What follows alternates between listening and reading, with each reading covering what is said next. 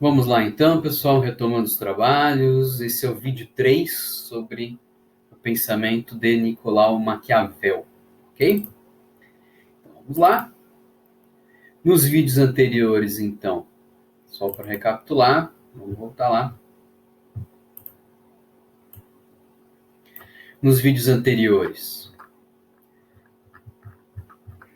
nós falamos sobre o contexto histórico do autor, questão do conflito que se vivia na época. Falamos de umas características gerais do pensamento do Maquiavel. Vimos como ele foi importante como um divisor de águas dentro da filosofia política. Vimos o que a gente pode chamar de finalidade do Estado no pensamento dele. Vimos características importantes do príncipe e o governante. E vimos também algumas chaves de leitura para ler e interpretar a obra O Príncipe. Beleza? Agora eu vou falar com vocês um pouco sobre os conceitos essenciais do pensamento de Maquiavel. Beleza? Vamos lá. Era muito comum, dentro do contexto histórico dele, o uso de alegorias, tá, para trazer ideias, principalmente ideias de cunho político. Tá? Hoje a gente olha isso aqui, parece uma coisa meio maluca, né? Como assim usar alegoria? Mas no momento histórico dele era relativamente comum os autores eles fazerem uso de alegorias, tá? E a partir dessas alegorias trazer algum ensinamento, trazer algum conceito. Tá? Nós não temos ainda um nível de racionalização tão desenvolvido como se tem no pensamento moderno, então era comum essa utilização de metáforas, de alegorias, até de certa forma por influência do pensamento greco-romano, e o Maquiavel tem grande influência do pensamento greco-romano, principalmente do pensamento dos filósofos e teóricos romanos, tá? Exemplo, o pensamento político de Cícero, onde era muito comum o uso de alegorias. Maquiavel, então, usa 3 alegorias extremamente importantes para entender o pensamento dele.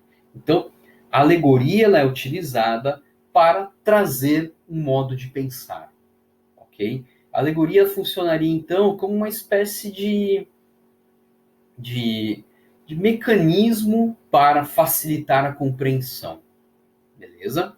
A primeira alegoria importante é aquilo que ele chama de fortuna. Tá? O que é a fortuna? A Fortuna é uma deusa pagã lá da mitologia romana, ok? Aqui eu trouxe uma fotinho da representação da Fortuna. Note que a Fortuna, em uma de suas mãos, ela carrega uma espécie de leme, ela carrega uma espécie de roda da fortuna. Tá? Ou seja, o que quer dizer com isso? E a roda da fortuna está aqui, e lá em cima ó, tem um homem, um ser humano. Isso, de certa forma, é uma representação alegórica que a fortuna, com a sua roda nas mãos, em uma das representações ela aparece também com um leme, ela quer dizer que os homens, a humanidade, está, de certa forma, à mercê desta roda da fortuna. A humanidade está, de certa forma, à mercê dos golpes da sorte. Ou seja, não existe uma fatalidade cega, mas também não existe um completo regular. Ou seja, a humanidade vive, para o bem ou para o mal, suscetível aos golpes dessa arredia mulher, que é a fortuna. Beleza? Essa é justamente a visão clássica que se tem de fortuna. Quando eu digo visão clássica, é aquela que vem lá já da mitologia romana. Ou seja, ela é a deusa da sorte, tá? Que ela pode trazer tanto a inesperada graça como o azar, o inesperado sofrimento. É o aleatório da vida, pessoal. A gente não tem um pleno controle das coisas e dos fatos da vida. Quem diria no início do ano que nós estaríamos passando pela tragédia que nós estamos passando atualmente por conta do coronavírus? Ninguém conseguia predizer isso, tá? Ninguém conseguia predizer. Isso é o aleatório da vida, tá? É o que muitos chamariam de destino, é o que muitos chamariam de sorte. Esse destino, essa sorte, pode nos trazer tanto graça quanto sofrimento, ok? Ou seja, essa deusa que, por uma representação metafórica, carrega um leme, ou a roda da fortuna, representa o destino, representa o acaso que governa o mundo. Para os romanos, a fortuna ela era soberana. Não tinha como se precaver aos golpes da fortuna. Nós vivíamos, em grande parte, dentro de um aleatório que era justamente os dados que a fortuna jogava. Claro que isso, depois, quando vem o cristianismo, isso é cristianizado, né? A ideia de sorte e azar, que existia por meio da fortuna, no pensamento cristão vai ser representada pela vontade de Deus. Né? Deus escreve certo por linhas tortas. Ok? A fortuna é uma deusa pagã, então é antes do monopólio cristão do pensamento. Então, para os romanos, a fatalidade da vida, ela não se explica por conta da vontade de Deus. Ela se explica justamente pelos golpes dessa arredia deusa que é a fortuna, ok? Lembrando que isso é uma metáfora. Beleza? Ô, professor, onde que eu encontro a fortuna? Pô, será que consigo sair para tomar uma cerveja com ela? Não, garotinho, não. Isso é uma metáfora, mano. Isso aí não existe, né? Isso é uma figura de linguagem justamente para mostrar que nós não temos controle sobre os acontecimentos da vida, tá? Ou seja, na visão clássica, a fortuna representa o grau de indeterminação da vida, aquilo que escapa completamente das nossas previsibilidades, o acaso, a sorte, tá? E aqui eu remeto vocês a ouvirem um trecho da ópera Carmina Burana, está nesse link aqui do YouTube, um dos links que eu notei. Certamente vocês já ouviram essa ópera, ela é muito bonita. E traduzindo uma parte dessa ópera, a gente consegue notar bem essa visão clássica da fortuna. Tá? Se diz, ó fortuna, és como a lua, estado variável, sempre crescendo ou decrescendo, vida detestável, ora oprime, ora alivia, a mente só por diversão, pobreza, poder, dissolve como gelo, destino monstruoso e vazio. Tu, roda da sorte, és malevolente, bondade em vão, que sempre leva a nada. Também me amaldiçoaste, entrego a tua perversidade.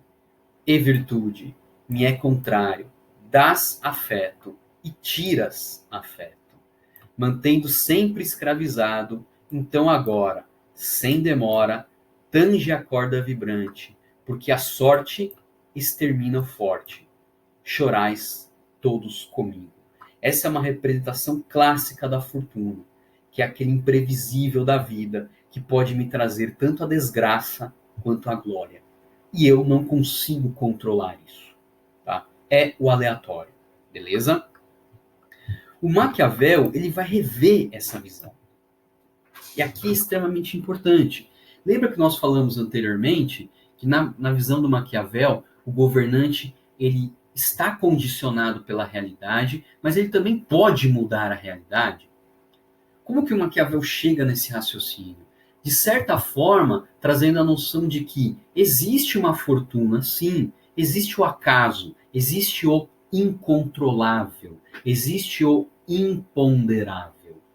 No entanto, é possível, e aqui o Maquiavel rompe com o pensamento clássico, é possível que um homem preparado, ou como ele chama, um homem de virtude, ele consiga se antecipar aos golpes da fortuna. Seja para evitar a ruína, seja para aproveitar a oportunidade que ela nos deixou. No pensamento de Maquiavel, a fortuna ela pode trazer a glória e ela pode trazer a desgraça. E é possível, de certa forma, a gente ter uma certa previsibilidade sobre o que ela vai trazer para a gente. Se trazer sorte, aproveitamos e agarramos. Se trazer azar, nos esquivamos. Ok? Então, na visão do Maquiavel, a fortuna não é o aleatório absoluto, incontrolável. Por quê? Para o pensamento do Maquiavel, um homem de virtude, ele consegue controlar esta arredia deusa. A fortuna mostra mais o seu poder quando se vê diante de homens de pouca virtude. A fortuna mostra mais o seu poder quando se vê diante de homens de pouca virtude. Ou seja, para Maquiavel, a fortuna governa a vida dos homens. A fortuna governa a vida da humanidade, mas em parte. Ou seja, a fortuna governa completamente apenas uma parte da vida, e quando a virtude é incapaz de fazê-lo. Ou seja, a fortuna governa ante a ausência de virtude. Não há uma ciência exata para controlar esta caprichosa mulher. Não há. Tá? Não há uma receita de bolo, aquilo que eu falava anteriormente. Não há. No entanto, um homem de virtude, ele consegue ter uma certa controlabilidade sobre esse acaso, justamente aproveitando as oportunidades e evitando as desgraças. Ou seja, se precaver, a fortuna, voltando aqui, oferece tanto a oportunidade quanto a ruína. Cabe então ao homem de virtude, ao homem virtuoso, se precaver a ruína, quando aí a deusa lhe vira as costas, ou então se aproveitar e agarrar a ocasião. Ou seja, é quando a Maquiavel diz que quando a deusa se apaixona por esse homem de virtude. A deusa Fortuna, o acaso da vida, sempre vai aparecer para você. Mas se você for um homem de virtude, você pode fazer com que ela se apaixone por você, deixando então aí as possibilidades e agarrar ela com unhas e dentes, porque a ocasião, a oportunidade, segundo a metáfora, ela é também uma espécie de uma deusa que só tem a franja. Ela não tem cabelo na nuca, ela só tem franja. Então, quando você vê a oportunidade, você já tem que agarrar essa oportunidade pelo cabelo. Porque se você deixar passar essa oportunidade, como ela não tem cabelo na nuca, eu não consigo agarrar mais. Conseguiram entender a metáfora? Massa, né? Pois bem, então a fortuna traz a oportunidade, que ele chama de ocasiona. Ou seja, o momento e a matéria para a virtude. Ocorre que, sem virtude, a ocasião é vã. Segundo Cláudio Lefort, um grande estudioso da ciência política, a fortuna não é nada mais do que ausência de virtude. Ou seja, o homem inapto para a política. Vamos tentar trazer aqui um exemplo prático, correndo os riscos de todo e qualquer exemplo.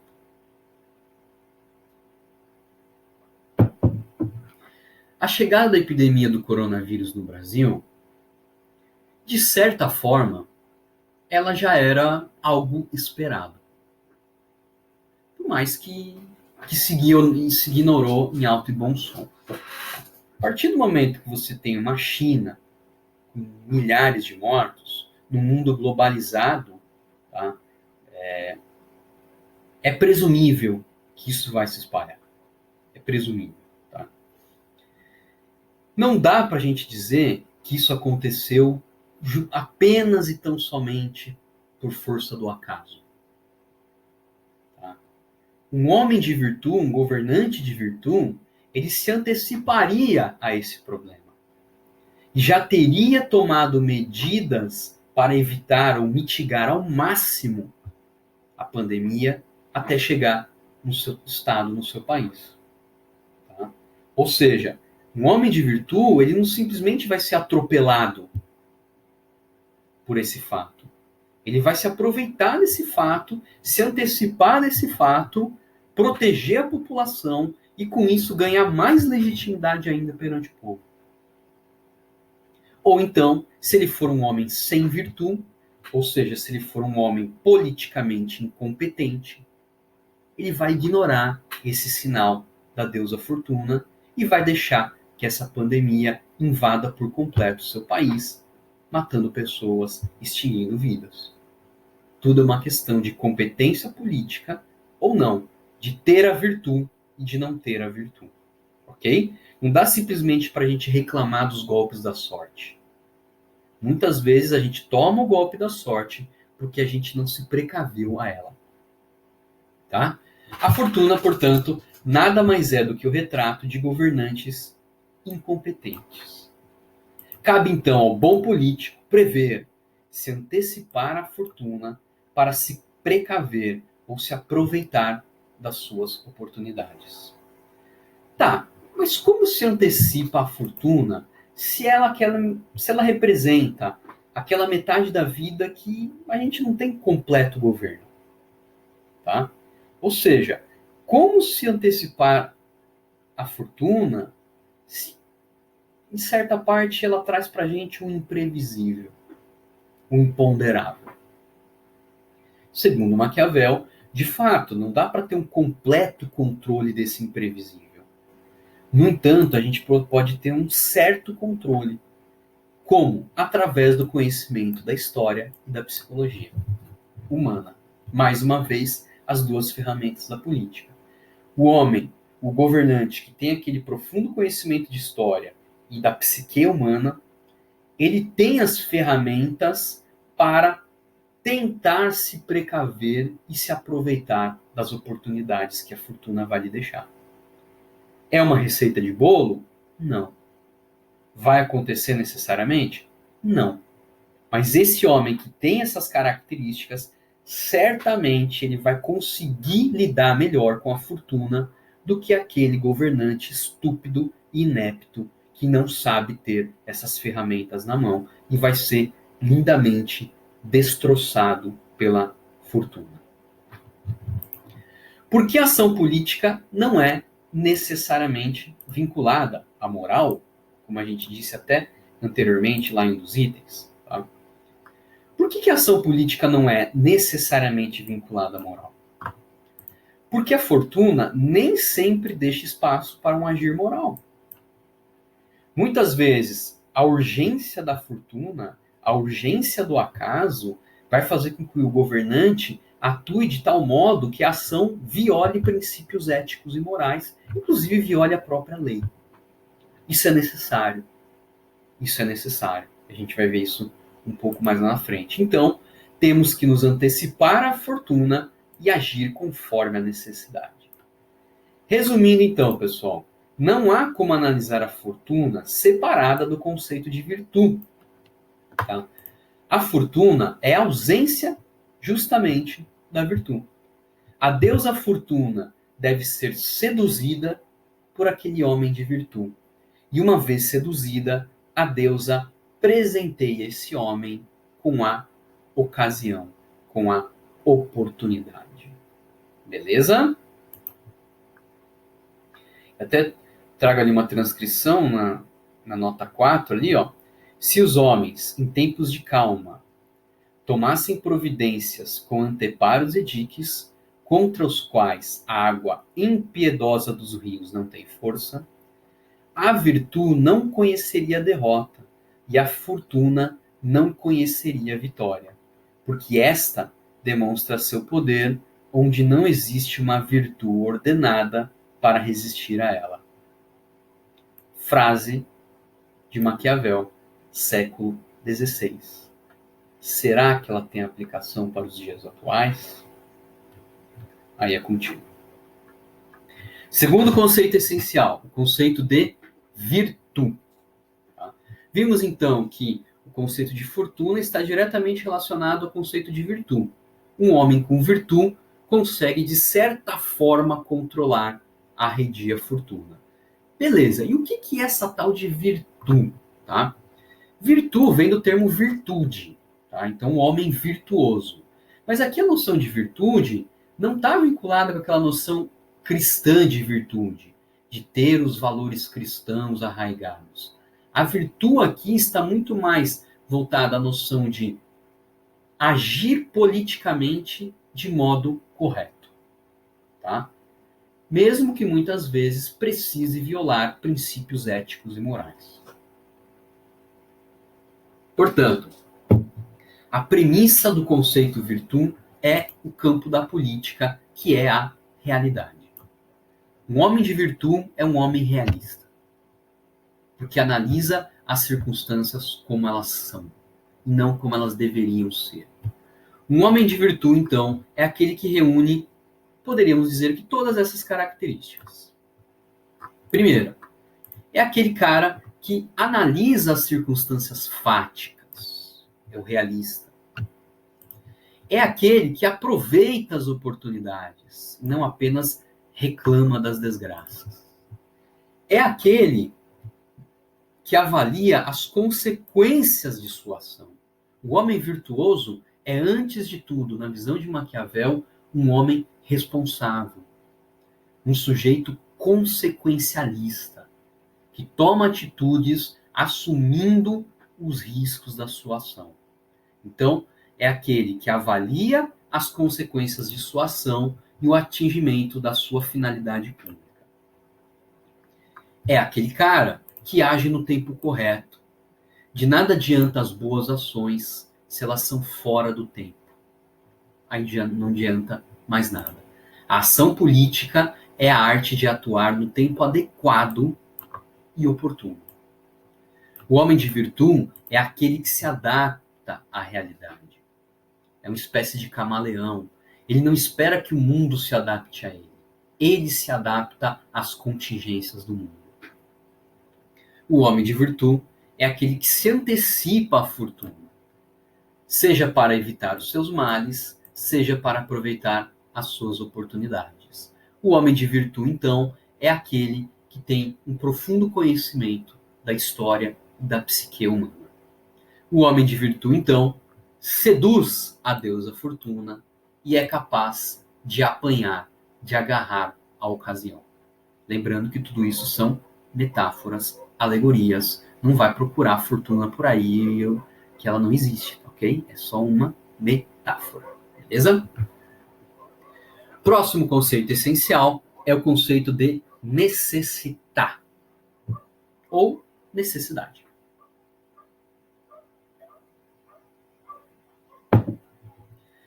Quando pensamos em necessitar no pensamento de Maquiavel, isso não significa necessariamente um dever moral. Maquiavel diz que o governante deve agir, mas deve agir não no sentido de agir conforme e necessariamente a partir de princípios éticos e morais. A necessitar não significa um dever moral, mas sim a ação política que está condicionada pelo seu resultado, pela necessidade de agir adequadamente para alcançar um fim. Na visão de Maquiavel, a política se manifesta por meio de dilemas. Nós vimos isso. Nem sempre, mas na maioria das vezes, a política ela é um dilema, ela é trágica. O dilema político sempre vai nos conduzir a uma situação de necessidade. E como nós vimos anteriormente, necessitas non habet legem. A necessidade não tem norma. A necessidade não tem lei. Na necessidade você faz aquilo que é necessário. Mesmo que seja para violar princípios éticos, religiosos e até mesmo a lei. A necessidade é o inevitável. Independentemente da natureza dos meios, é necessário agir naquele sentido para obter o resultado da ação política.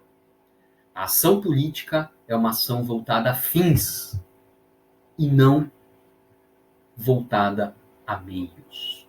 Mais para frente, um grande autor chamado Max Weber vai desenvolver melhor esse pensamento.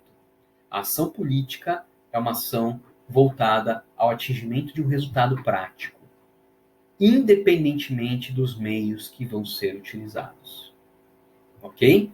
Na necessidade, não há limites legais, não há limites morais, não há limites religiosos. Cuide Isso não significa que o Maquiavel está dizendo que o governante deve violar reiteradamente as leis. Ele não está dizendo que o governante tem que ser um sujeito imoral. Ele não está dizendo que o governante tem que comer criancinhas, fazer sacrifícios e ser uma pessoa ateia, sei lá, que é a favor da religião do capeta, alguma coisa assim. Não.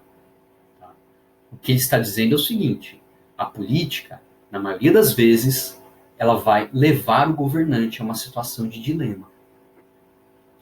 E em nenhuma situação de dilema político, esse governante ficará em uma situação de necessidade.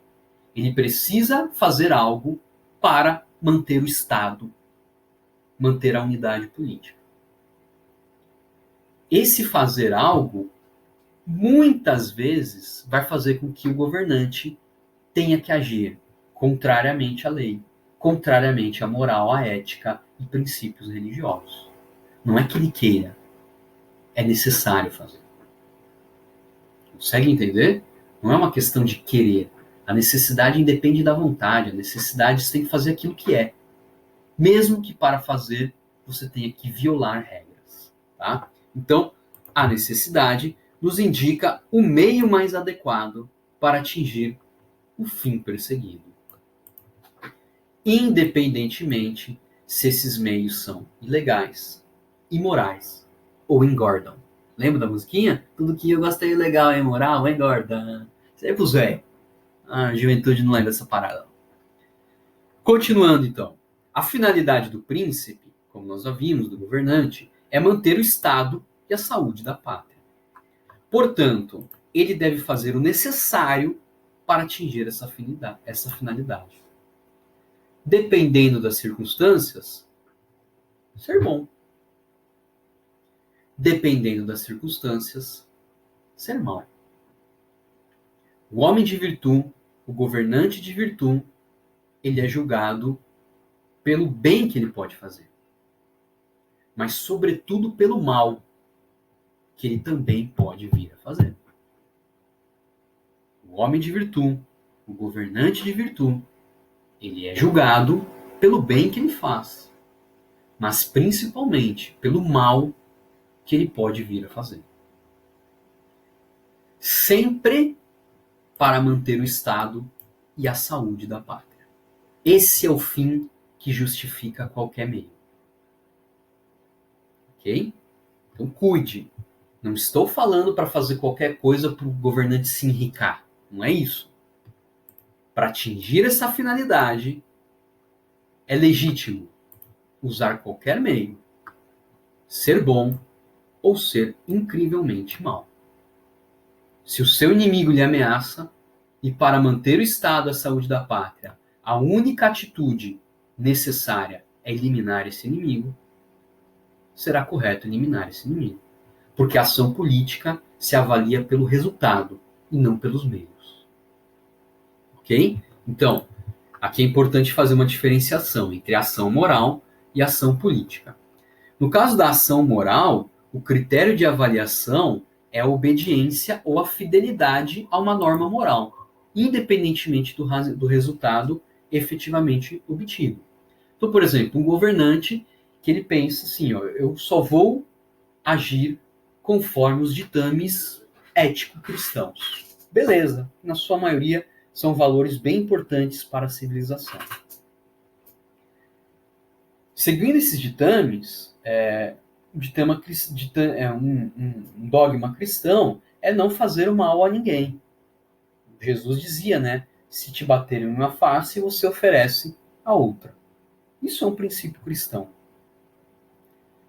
Um governante sendo ameaçado por um outro governante, ele pode seguir essa lógica cristã. Vou oferecer a outra face e vou ser fiel ao meu valor cristão. Só que se ele fizer isso, ele vai perder o reino. E os seus súditos se tornarão escravos do invasor. O que o Maquiavel diz então? Governante, esqueça os seus valores cristãos nesse momento. E agora, haja para manter o Estado e a unidade política. Então, se esse sujeito te atacar de novo, você vai lá e antes que ele te ataque, você vai trucidar ele. Entenderam? O critério de avaliação da política não é a fidelidade a um valor, mas sim o atingimento de um resultado. Independentemente de qualquer norma moral. Isso, repito, não significa que o governante tem que sempre ser um sujeito imoral, psicopata, maluco. Não é isso. Mas em situações limite, para manter a unidade do Estado, ele vai precisar agir de tal forma a violar princípios éticos, religiosos e morais. Entendeu? Daí que vem a célebre frase: os fins justificam os meios. Tá? Ou seja, é preciso atingir o resultado independentemente dos meios que serão utilizados. E uma pergunta importante: quais são os fins? Quem os define? Eu já disse aqui anteriormente que a finalidade é a manutenção do Estado e a saúde da pátria. Ou seja, quando nós definimos a finalidade, nós fazemos necessariamente um juízo moral. Quando se define o fim, quando se define a finalidade da ação política, há sim um juízo moral. Tá? E para atingir esse resultado, não importa como ele será atingido. Quem que define essa finalidade? Dentro do pensamento de Maquiavel, essa finalidade é a manutenção do Estado e a saúde da pátria.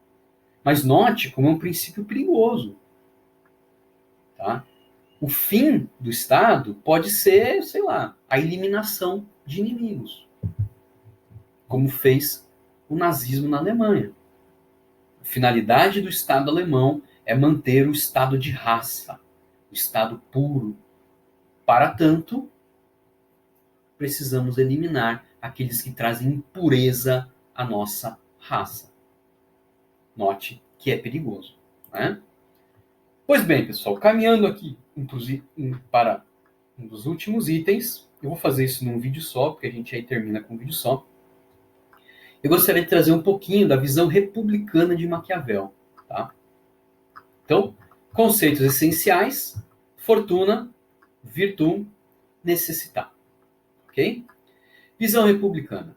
Como eu disse anteriormente, Maquiavel ele tem uma profunda visão republicana. Isso aparece muito no livro Os Comentários. E na visão do Maquiavel, fazendo uma análise histórica, ele constata que toda cidade, todo estado é dividido em dois desejos que são opostos. O desejo dos grandes, que pretendem oprimir e dominar, e o desejo do povo, dos pequenos, que querem não ser oprimidos e não serem dominados. Muitos aqui já enxergam uma espécie de luta de classes. Tá? Não vou entrar nessa bola dividida, não. Mas o Maquiavel deixa isso muito claro. Em qualquer cidade que se analise, vocês vão ter os grandes, que querem oprimir e dominar, e aqueles, que nós poderíamos dizer o povo, que não querem ser dominados, que não querem ser oprimidos. A ideia de república é justamente a ideia de um governo misto, que evita a concentração de poderes em uma dessas camadas sociais. Tá? Qual que é o sucesso da república? Por que a república se mostra como a melhor forma de governo na visão de Maquiavel? É porque, na república, o poder político consegue ser melhor equalizado entre grandes e o povo. Na visão do Maquiavel, a monarquia não conseguiria bem fazer essa mediação entre essas duas potências. A república seria a que melhor conseguiria equalizar os interesses dos grandes e o interesse do povo. Tá? Ou seja, é a república a forma de governo que possibilita o conflito entre grandes e o povo. Conflito aqui, pessoal, não é no sentido de porrada, de guerra civil, de um agredindo o outro. O conflito aqui está muito mais para uma relação dialética de concessões mútuas entre esses dois polos. Tá? Então, A república é o governo que possibilita esse conflito entre grandes e o povo, entre ricos e pobres. Desses conflitos, lembrando que não são conflitos armados, é que, segundo Maquiavel, nascem as leis e as instituições em prol do bem comum. Nesse ponto, me parece que o pensamento de Maquiavel é extremamente moderno, porque ele vê no conflito de opostos uma certa solução de consenso. A lei é justamente o consenso de conflitos. Conflitos que existiam anteriormente e que de alguma forma tiveram que abrir concessões mútuas para chegar àquele consenso legislativo. A lógica do pensamento de Maquiavel na visão republicana é muito próximo disso. Se toda cidade tem grandes e o povo, ricos e pobres, tá? É preciso uma forma de governo onde cada um tenha uma certa representatividade e que os interesses de ambos possam ser colocados, canalizados, dentro de mecanismos institucionais. E esses conflitos entre grandes e pobres, entre ricos e pobres, dentro de canais institucionais, acabam com o tempo fazendo concessões recíprocas e encontrando um certo consenso. É desse consenso que nascem as leis, é desse consenso que nascem as chamadas instituições no pensamento dele. Todas elas, de certa forma, para o bem comum. Aqui reside, na visão de Maquiavel, um dos conceitos de liberdade, que a gente poderia chamar de liberdade interna. Seria paradoxal do conflito à liberdade aquilo que eu falei anteriormente, tá? Se há o conflito, é porque as duas forças sociais possuem uma margem de equilíbrio e importância. Lembrando que esse conflito não é a guerra civil. Esse conflito a gente pode entender muito mais como contrariedade de ideias e posições, tá? Quando não há conflito, é porque uma dessas forças subjuga a outra. Ou seja, pessoal, é bom ouvir o barulho das ruas. Se existe barulho das ruas, é porque ainda é possível o conflito. Tá? Note como o surgimento das leis pressupõe um conflito entre forças sociais, um debate, portanto, uma síntese. Tá? O conflito entre povo e os grandes foi, na visão de Maquiavel, a grande chave da grandeza de Roma em seu período republicano. Inclusive, no livro, os discursos, basicamente todo o livro é baseado na história de Roma, o discurso sobre a segunda década de Tito Livio. Porém, a república pode se degenerar. A república se corrompe quando os conflitos diminuem e uma das partes, seja rico, seja pobre, abusa do poder. O abuso do poder é quando uma das partes impõe mudanças apenas a seu favor. Ou seja, é quando uma dessas partes não faz aquela concessão recíproca. Para ganhar, eu tenho que perder. Para ter alguma proteção do que é o meu interesse, eu tenho que conceder também interesses. Quando grandes e o povo não conseguem chegar nessa troca, a república começa a entrar em um processo de degeneração. Ok? Aqui eu faço uma breve observação sobre liberdade, né? O que seria liberdade no pensamento de Maquiavel?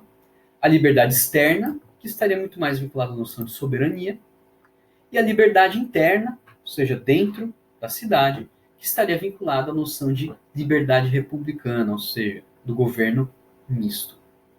Para terminar, o último item que eu gostaria de colocar aqui, que eu acho que é importante, seria a comunidade política e o estado de exceção.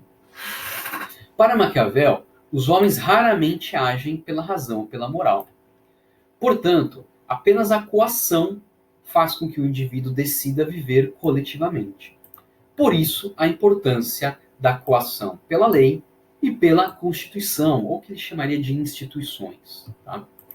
Ter leis e ter instituições é necessário. Muito embora, às vezes, essas leis sejam rigorosas, muito embora a Constituição, às vezes, seja rigorosa. Elas são necessárias. Mals necessários. Ocorre que todas as coisas desse mundo, segundo Maquiavel, se degeneram. Tudo se degenera, tudo se estraga. E nem as leis e as constituições podem, muitas vezes, frear esse movimento inevitável da vida. Ou seja, a visão dele aqui, que vem um pouco da visão de Políbio, da teoria dos ciclos, é de que nada é para sempre. A república é um bom governo, é o melhor governo, mas uma hora ela vai enfraquecer, uma hora ela vai degenerar, nada é para sempre. Por mais que tenham leis, por mais que tenha a Constituição, as leis e as constituições vão fazer com que essa degeneração demore o máximo possível. Mas uma hora ela vai vir. Nesses momentos onde surge uma grave crise institucional, onde o grau de corrupção atingiu estágios irreversíveis, aqueles meios ordinários, a lei, a Constituição, que já estão corrompidos, não bastam e muitas vezes são até nocivos para recuperar a unidade e a ordem. É nessas circunstâncias que a necessidade conduz ao uso de meios extraordinários, ou aquilo que Maquiavel chamou de violência restauradora de um príncipe, um líder carismático. Então, em momentos de grave crise, onde os meios ordinários não dão mais conta, é o momento onde deve-se aparecer, aspas, um salvador. Ok? Nessa situação, não se pode titubear quanto aos meios a empregar. Não basta recorrer aos procedimentos habituais, que já não são maus, mas é preciso utilizar meios extraordinários, como a violência e as armas, e converter-se, antes de mais nada, em príncipe da cidade, para poder dispor tudo ao seu modo. Isso são momentos de grave crise institucional, onde aqueles meios ordinários não dão solução.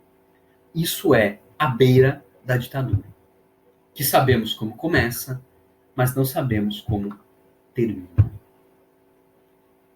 Podemos ser amigos no início, mas logo, logo podemos nos tornar inimigos. Ok? Mais informações, principalmente sobre o contexto histórico, conceitos essenciais do pensamento republicano de Maquiavel, eu recomendo um artigo que eu publiquei na revista eletrônica da OAB, o link está aqui. Vocês podem entrar lá, é um artigo pequeno, eu recomendo a leitura, principalmente para entender um pouco melhor o conceito republicano de Maquiavel. Também recomendo uma videoaula do professor João Alves de Freitas, no Café Filosófico, onde ele intitulou de Maquiavel e a Arte de Enganar-se. Uma aula bem interessante, onde é possível a gente entender um pouco melhor os conceitos gerais e o próprio contexto histórico e político do Maquiavel. Pessoal, era isso. Maquiavel era o que eu precisava falar. Teria muito mais coisas para se dizer, mas a gente tem um tempo muito limitado. Eu espero que tenham entendido, espero que tenham gostado. Maquiavel certamente é um dos nomes mais importantes para ser estudado. É um grande clássico. Muito obrigado, grande abraço, se cuidem. Valeu!